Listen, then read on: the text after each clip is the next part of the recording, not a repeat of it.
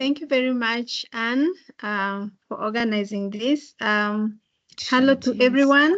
We are glad to celebrate harvest together with you. My name is Beatrice Were. I work for Ripple Effect Kenya as the project coordinator, Enterprising Migori project. I'm going to share with you the progress of our project.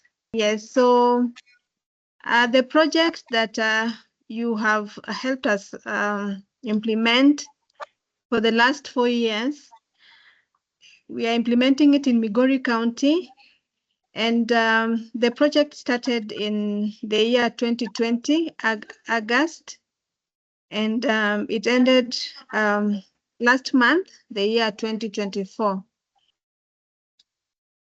Yeah, so how Migori used to be before the project was implemented. The first slide, you see low land and livestock productivity and production.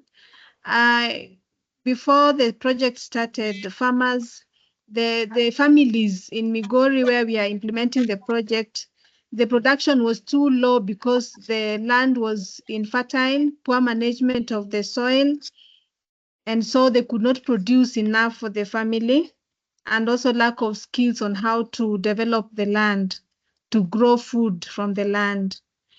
And then the second slide, you realize that before the project started, because now the families did not have enough food, they could not eat balanced diet, they could not eat 3 meals a day. They could only afford to feed on 1 meal a day, and that could be probably a porridge. Maybe if the family are able to get porridge for the family, you can see the children are feeding on the porridge, and they take that one and they call it a day. And there's the first slide there is one of the farmers we are working with. So before we started working with this farmer, majority of farmers in Migori, they used to grow tobacco. There are some families who are still growing tobacco, but for the farmers that we've been working with, before we started working with them, they were growing tobacco. And you know how tobacco is harmful to health for the people. So the first photo is one of the farmers on handling tobacco. And then the other slide is one of the families drawing unsafe water. So before the project started, these families were drawing water from unsafe water sources, and over 70% of the population collected water from unsafe water sources. So these are some of the families that we have worked with, and so far, by the time the project was ending, we've reached to over 23,000 households with the project support that you have supported us. And as you can see in the first slide here, this is a couple. The support that you've given us has helped farmers to diversify food production. If you remember the first slide that I showed on the poor infertile land, and you compare it with this slide that I'm showing now, 91.8% of households have household dietary diversity score, which means that they can feed on different classes of food. They can now feed on 3 days a meal, and they are diversified. From their farm, they can have different types of food that they can feed on. For example, the first slide, you see that couple called Peter and Florence Aderi. They are holding vegetables. They have banana. They are in their banana plantation. There is a pawpaw tree there. They are holding maize from their farm. They are holding a chicken. So they can feed on, for example, from their farm, they have eggs from the chicken. They can feed on the chicken. They can feed on the vegetables, and they have a variety of vegetables. There's kales and the traditional vegetables. They also have starch or carbohydrates and fruits. So the second slide is one of our farmers I showed you who was handling tobacco. So by the time we actually within a period of 1 year, she had dropped tobacco production. This farmer is called Karen Ogola. And Karen Ogola, she's also HIV positive. By the time the project was starting, she had lost hope. She was left with children to take care of, children who are going to school young, and she was also sick. She needed to seek medication, but now because she did not have hope, her life was really very, very poor by the time we were meeting her.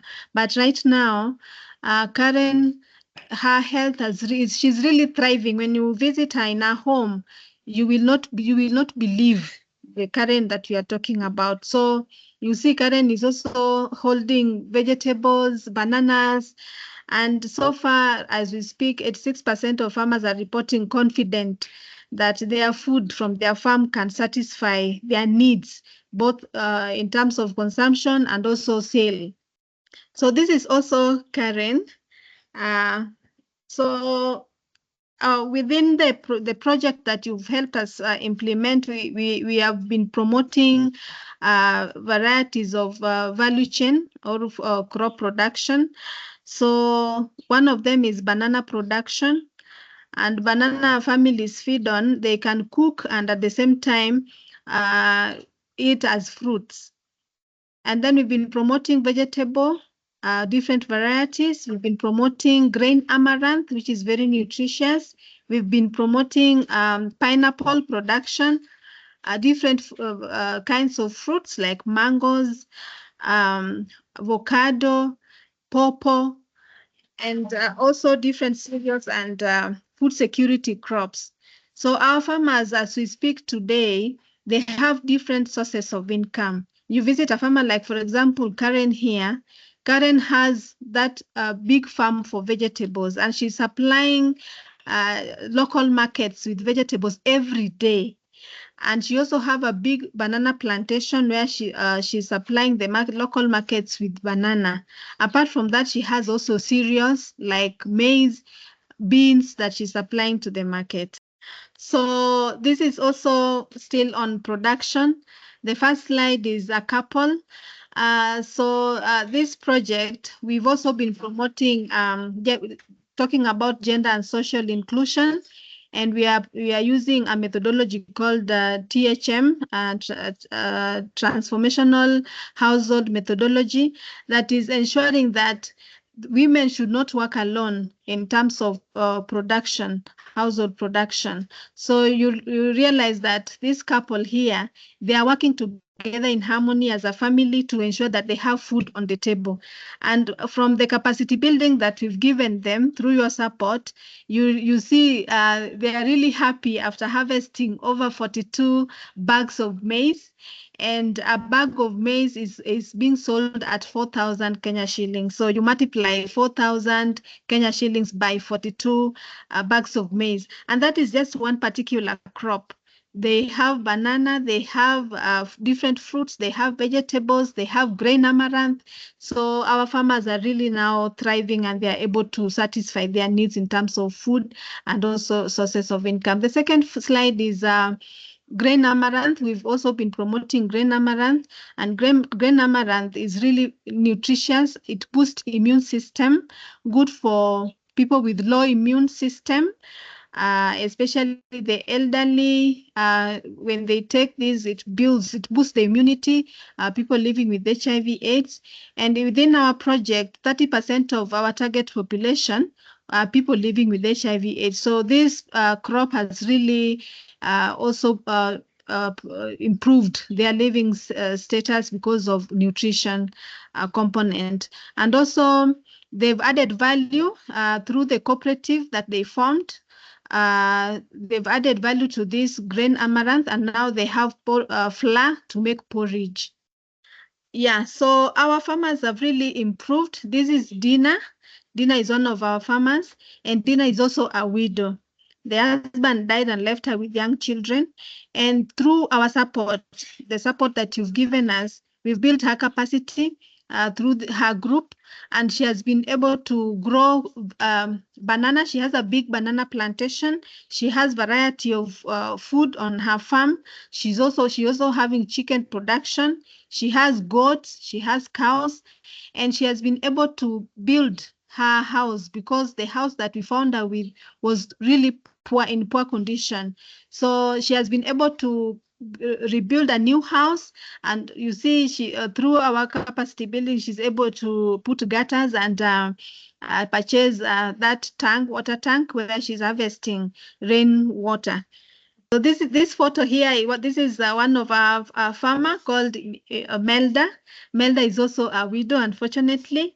Melda was left with children and with 2 acres of land, and she was leasing it, earning 200 shillings from it, because she was lazy and she was not able to, she did not have knowledge to utilize a farm. So when we met with her, we encouraged her, we gave her hope, and she started working on her farm. As we speak today, Melda is able to hire or to lease other farms to produce more food, and she has been able to take her children to school up to university level. We have, as I mentioned, we are also promoting pineapple production. This is one of our farmers on her pineapple farm, and you can see one pineapple. Pineapple is very it's market. The demand in the market is high. People really like it, and one pineapple is sold at 200 Kenya shillings. That's just a small piece.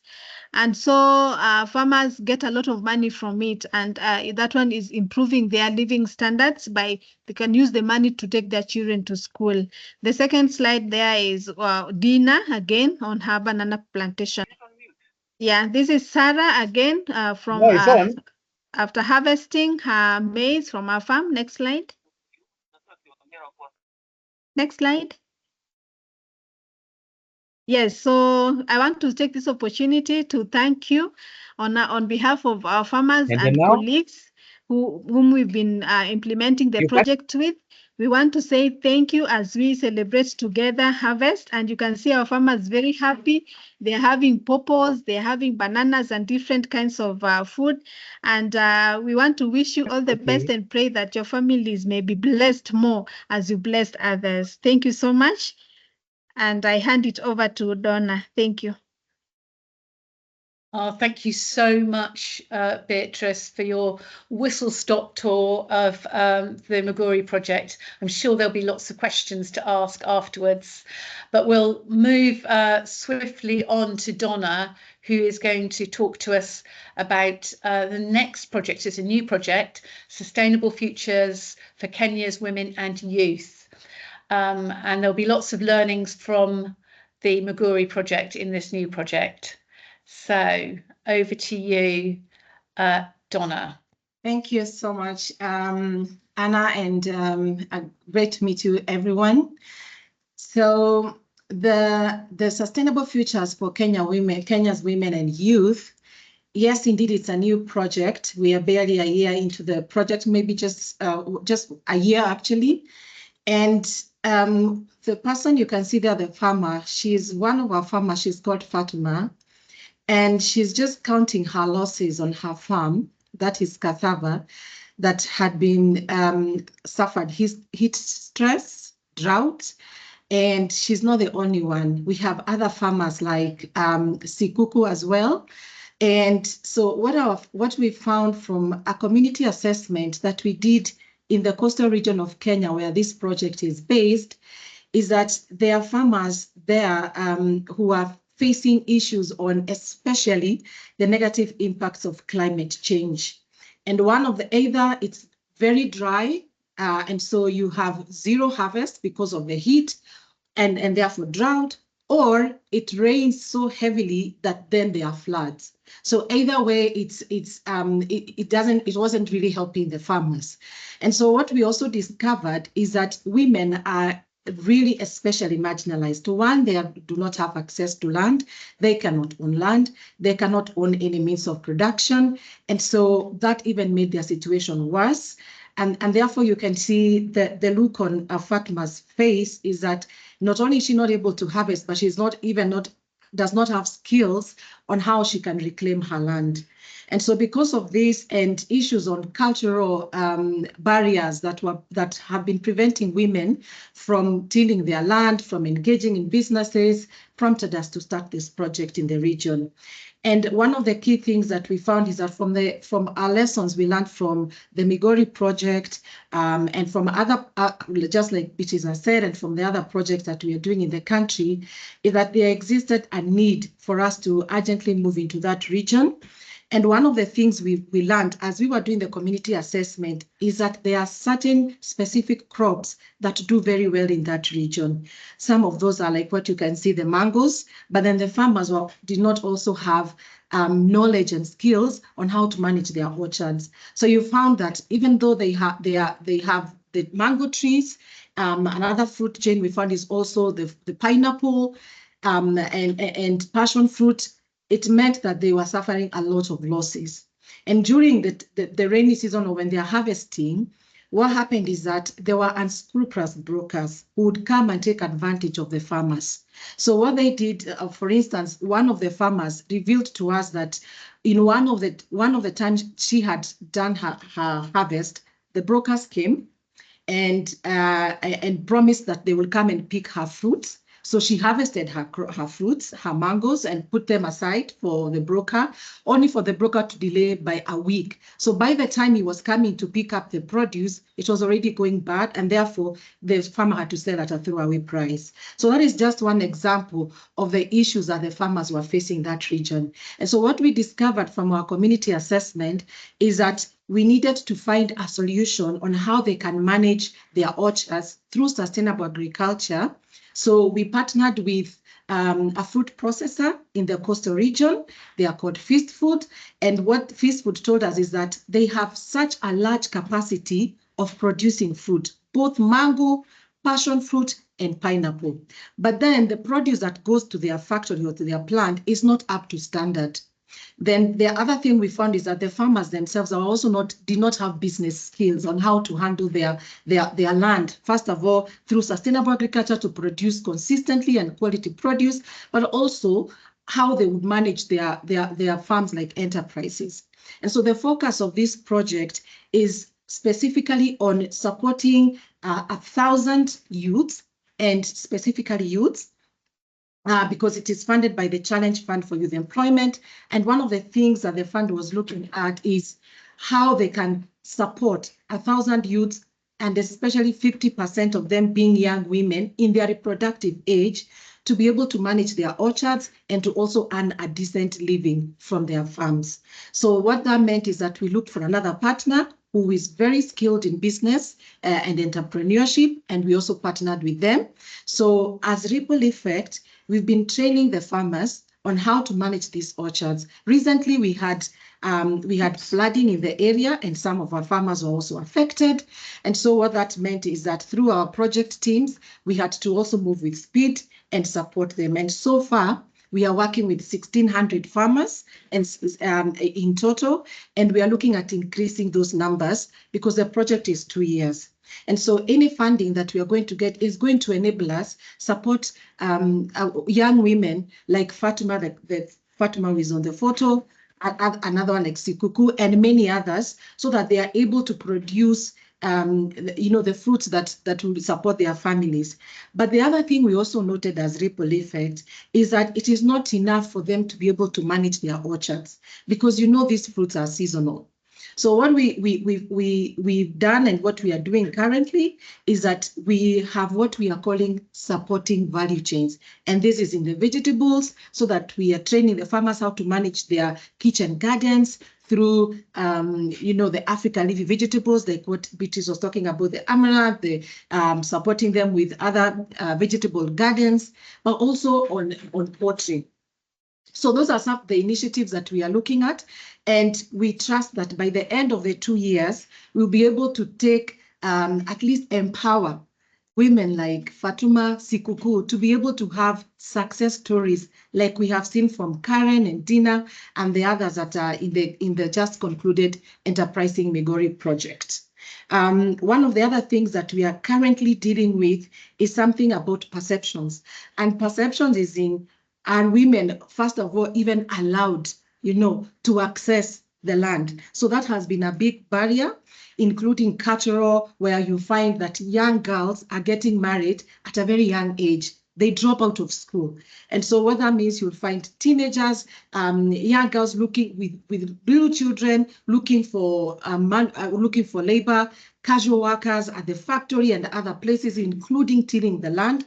And so what we are doing is that we've partnered with the county government and the ministry that deals with youth, that deals with social services, so that we are able to identify these young mothers, really, really young mothers who are out of school, and also support them so that they are able to support their young children.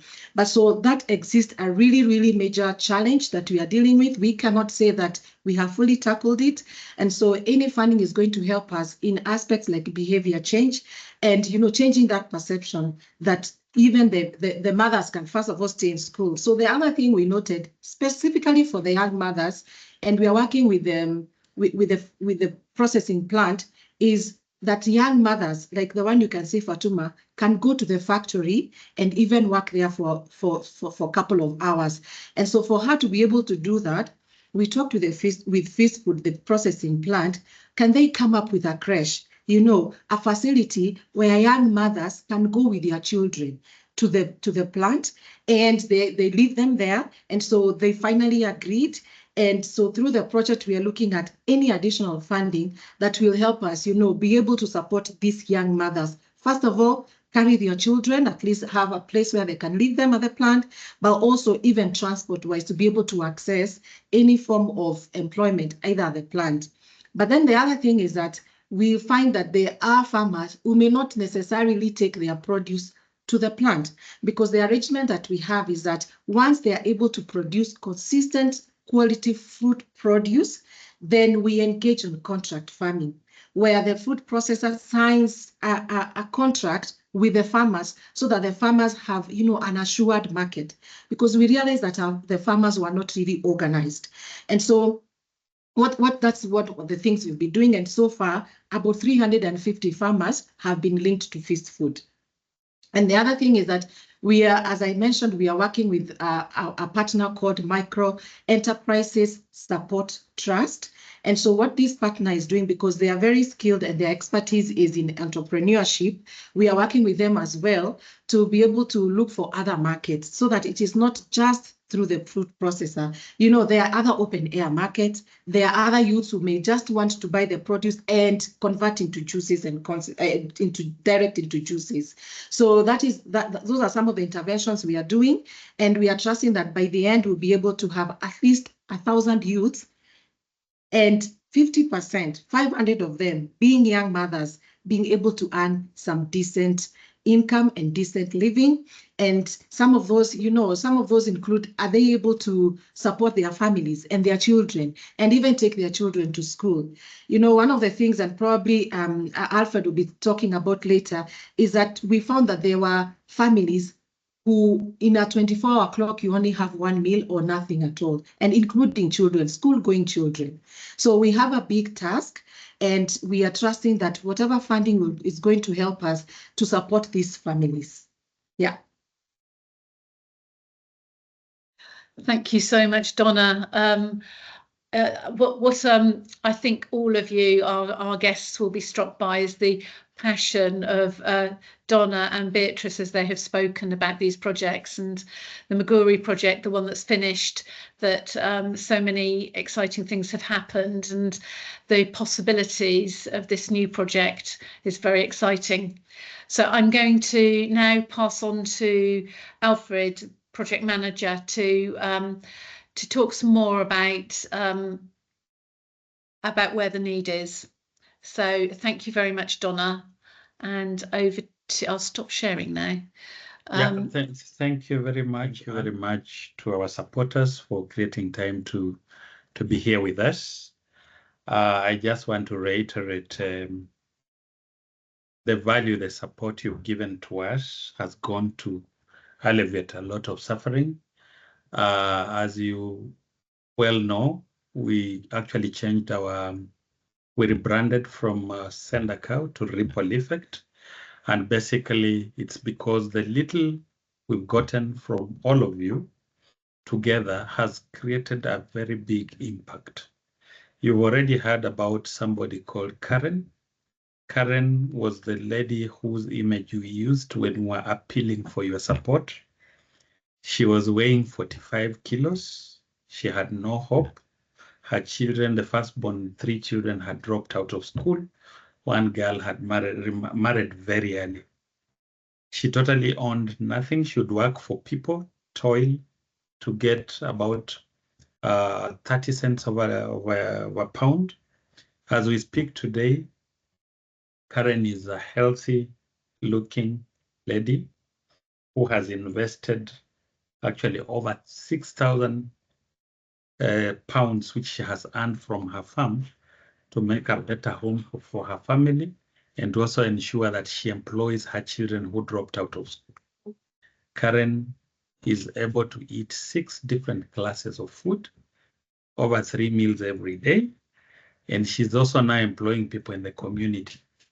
She has helped to actually demystify the issue of women empowerment, and more so to say widows, to bring down stigma that now even people with HIV are leading normal, decent life.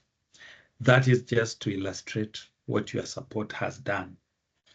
In changing our strategy and brand, we have a new mission which talks of inspiring and equipping families and communities to transform their lives and to protect the planet. This can be summed in the story you've heard, the story of people who have abandoned things that destroy the environment, like tobacco planting, like using chemicals, like using poor methods of farming, to actually people who use and care about the environment, people who use decent ways of producing food that is safe, that is nutritious, and that is adequate, and people who engage with others to give space to women like Karen to actually produce more food.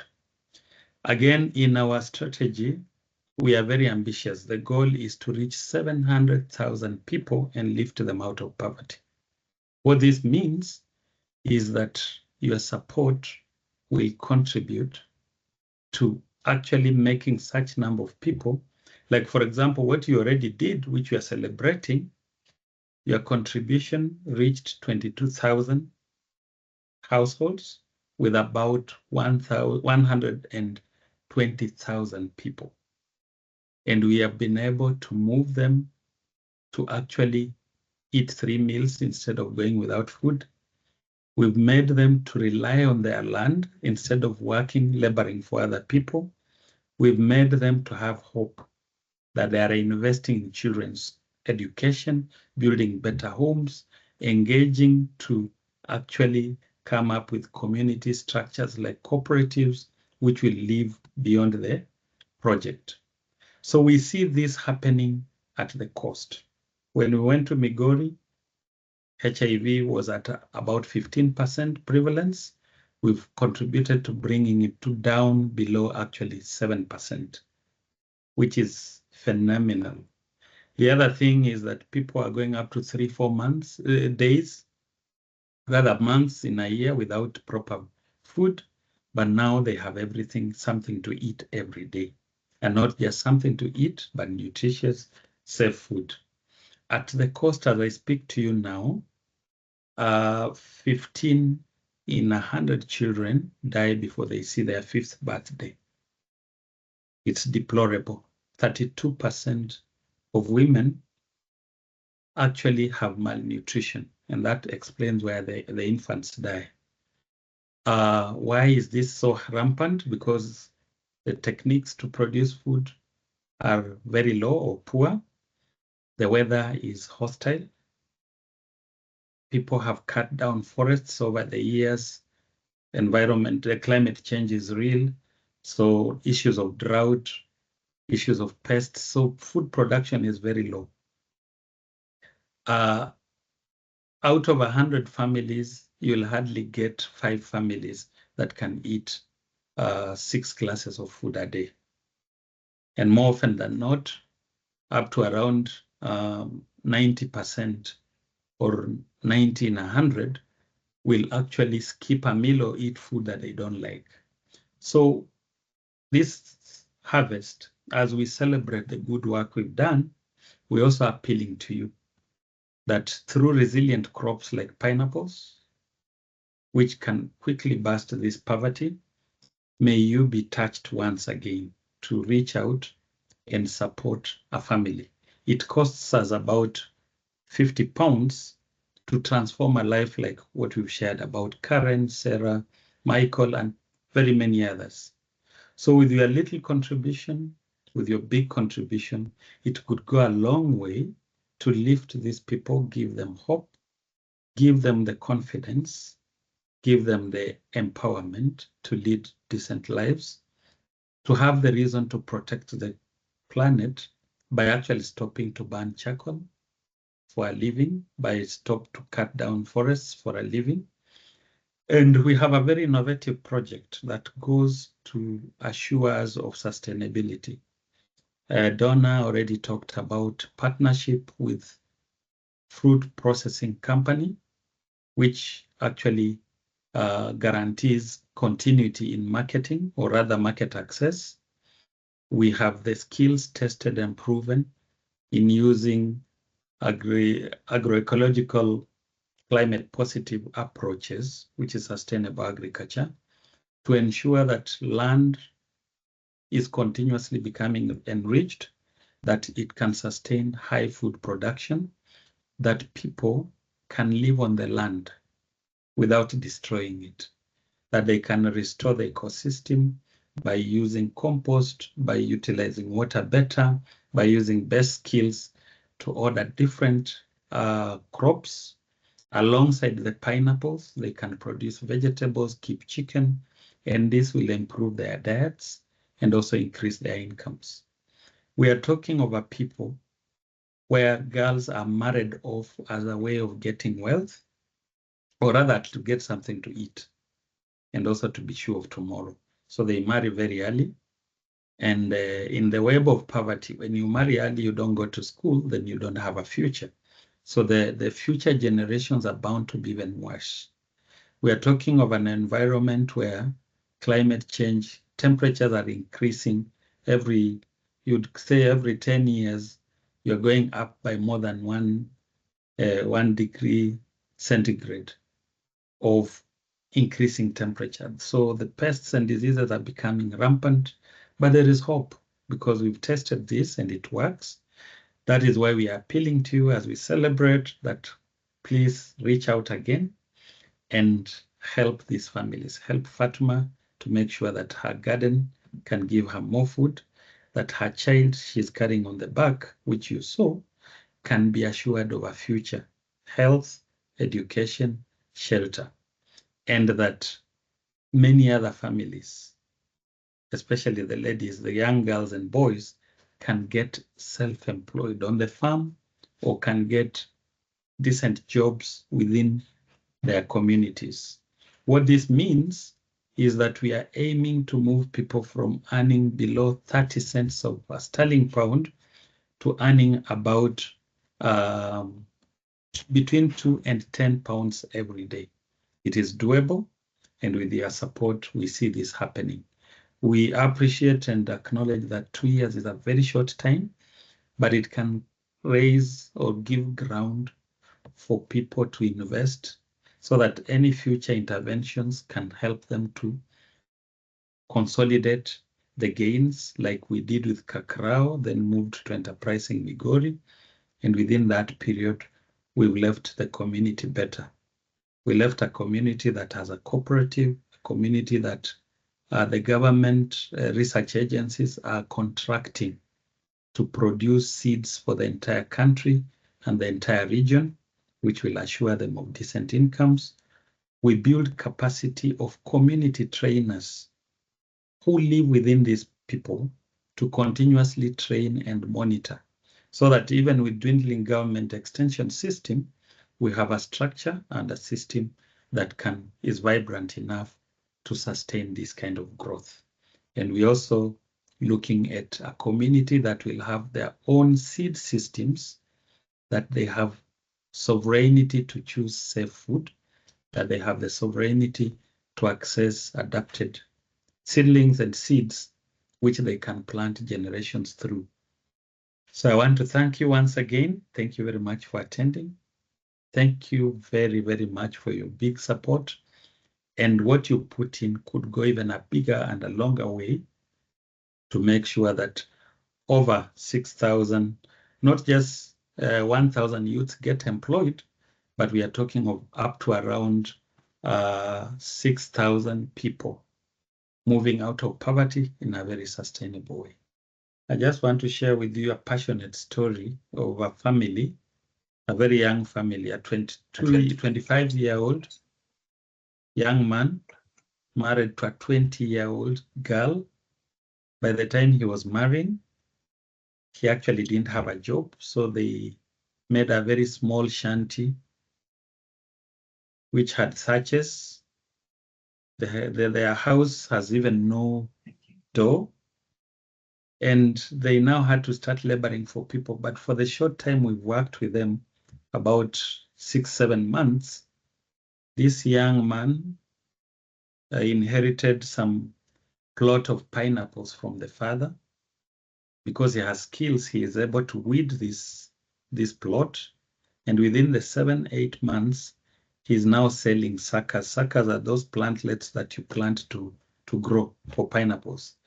And he's been able to raise actually about 1,000 sterling pounds within this short time. And as we speak now, he has expanded his farm to 3 acres, and he looks at a future with hope, because within the next, call it about 10 months or 1 year, he may earn even up to around 10,000, not 10,000, but up to around 4,000 sterling pounds. So we are talking of very simple interventions, calling for a little bit of your support that could go a long way to help such other young people to come out of poverty. He's making a house already, which is worth about 1,000 sterling pounds as we speak. Next time, for those who will attend, we'll show you the young man plus his photos and his farm. Thank you. Back to Anne. So thank you very much, Alfred. There's so much we've all heard, and I've been working for Ripple Effect for 10 years, and I still get very excited about hearing these stories, and they never fail to sort of send shivers down my arms. And I'm sure many of you have felt that same thing today. But we have so much to celebrate, so many success stories, and we've seen that there's so much that needs to be done still. But Alfred kept talking about there is hope. There is hope. We've seen what can be done in Migori. We will see that this will be repeated in the Sustainable Futures for Kenya's Women and Young People's project as well, and other projects too. So over to you. I think we're going to go hands up for questions. Let's see how we go with that. No, if you don't want to ask your question, maybe you can just put it in the chat.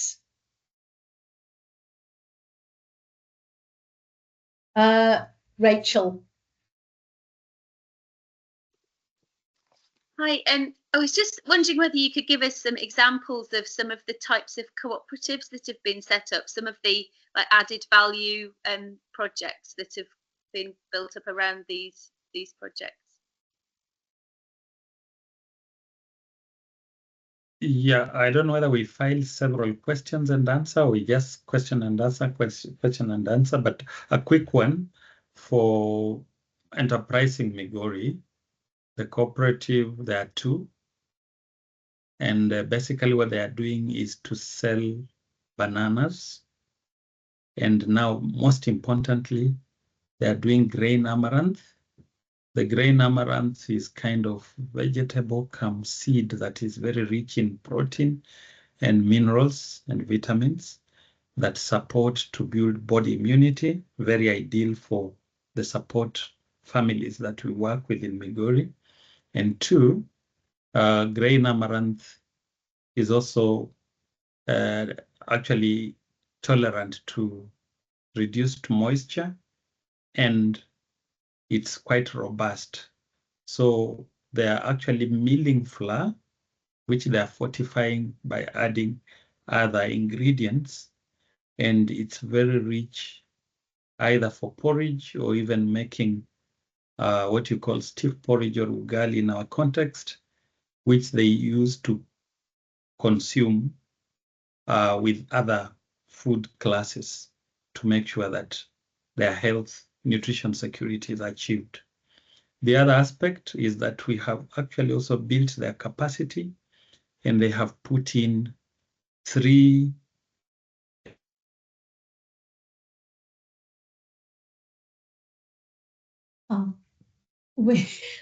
we lost Alfred.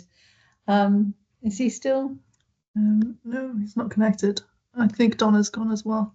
Okay, so we're going to ask Beatrice the next question then. This is from Anne. How long does it take to improve neglected land organically?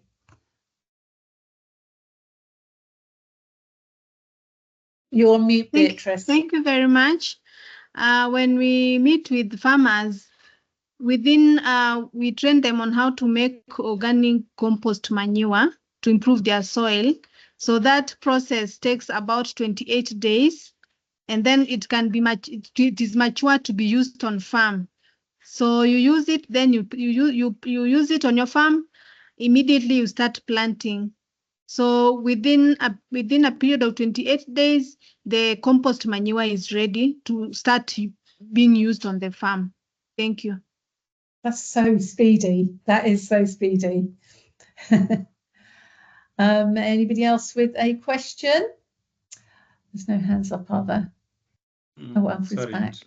It dropped, but I'm back now. Would you like to finish your answer, Alfred? Yeah, so I talked of grain amaranth, and the grain amaranth, we've talked of the flour, which is fortified with more other nutrients, and it can be used as porridge or some accompaniment for other food stuff like fish, vegetables, chicken, meat. And this has gone to really enrich and boost immunity and also build up nutritional status.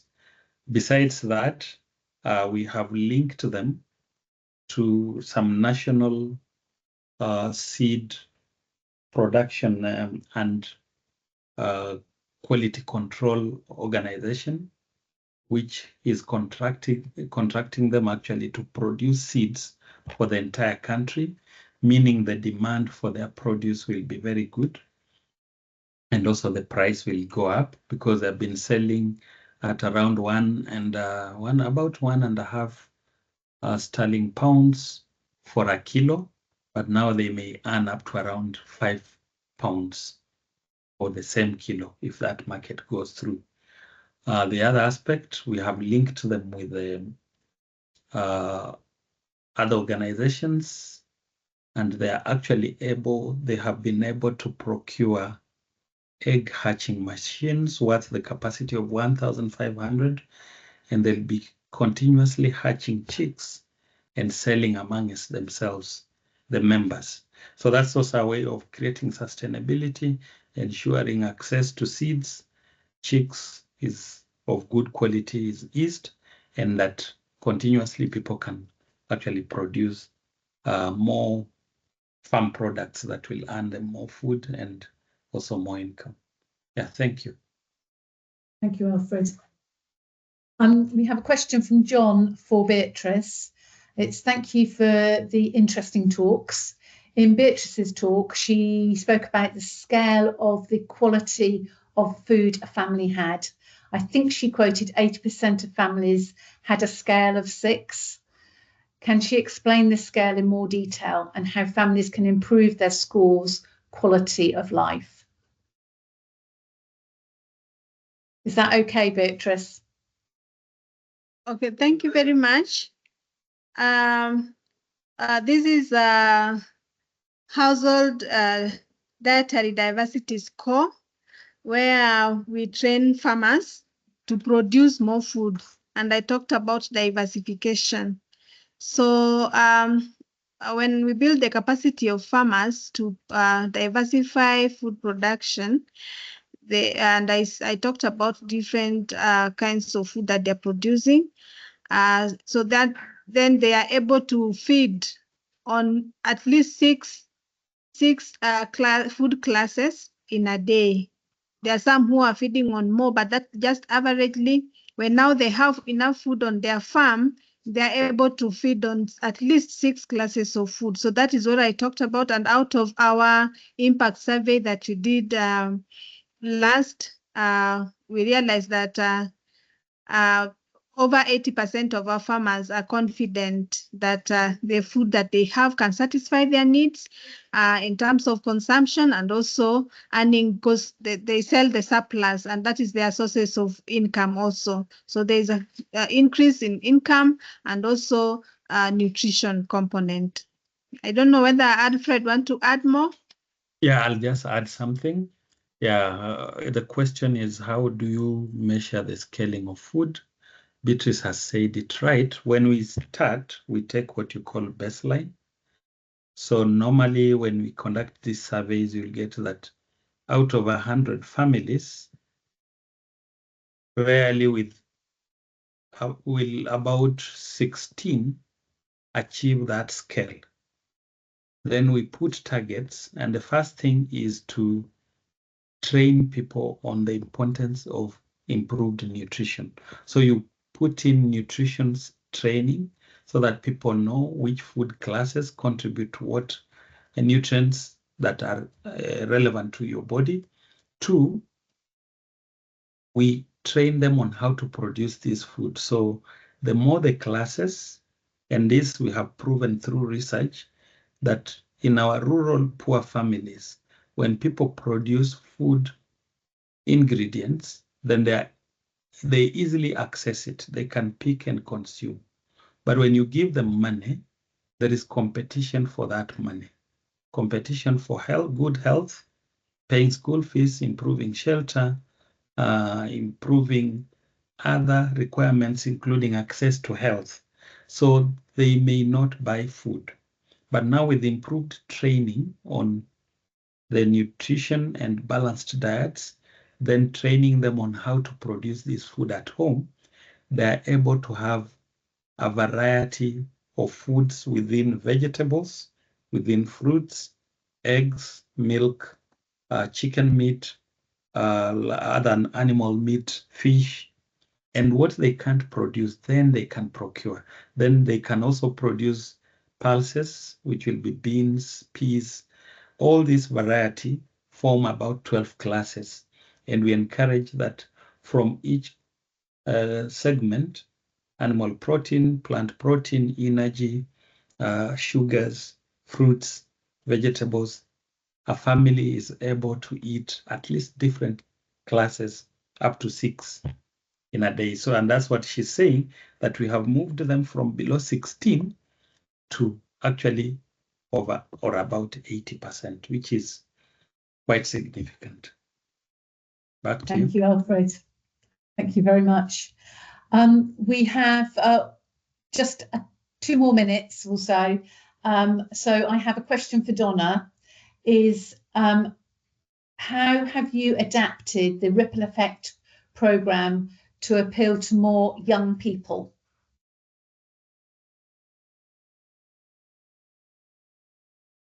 Yeah, thank you so much. So, so what we have done, as you know, at the start of our programs, all our projects, we work with the farmer groups themselves. So we in the coastal region, that's the same approach we are taking. And so the first thing is that we are very deliberate in reaching out to specifically the youth. And the youth also engaged in groups and engaged in farming of fruits. And so during our community mobilization or the mobilization of the project participants, we worked very closely with the Ministry for Youth and Social Services, where they have these youth groups already registered. And so our work was to really look at then how we scale the ripple effect is we also work with, apart from ourselves who are working directly with the farmers, we're also working with the business partner that we mentioned, who is very skilled, and they have large database of youth farmers engaged in agribusinesses.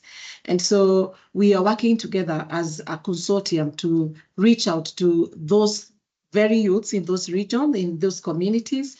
We're also working with the food processor who already had farmers that are engaged, but then they did not have the skills. And so through that approach, then we are able to reach, what we would call like the community structures, where we are able to form, engage them with different stakeholders.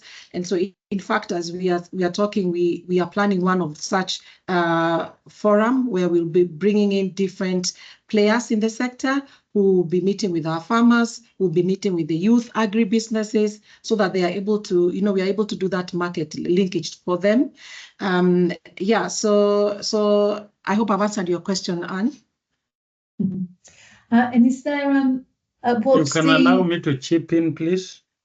Yes, Alfred, go ahead, we're about to close down, so your answer will have to be very brief.